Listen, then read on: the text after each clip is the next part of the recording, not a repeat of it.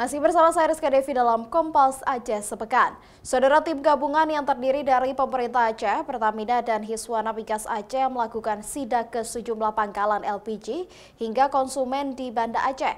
Sidak itu untuk memastikan tidak ada antrean hingga pelanggaran penggunaan LPG subsidi.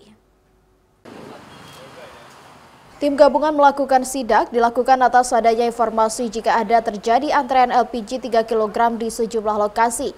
Serta harga jual LPG subsidi sudah mencapai Rp30.000 hingga Rp35.000 per tabung.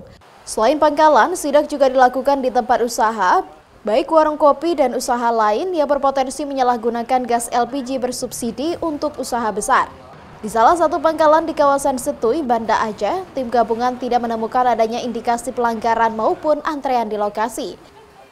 Kita melakukan kunjungan ke lapangan untuk melihat penyaluran LPG 3 kg. Sebagaimana kita lihat, rekan-rekan tidak ada antrian dan stok pun masih aman ya, kita baru datang juga.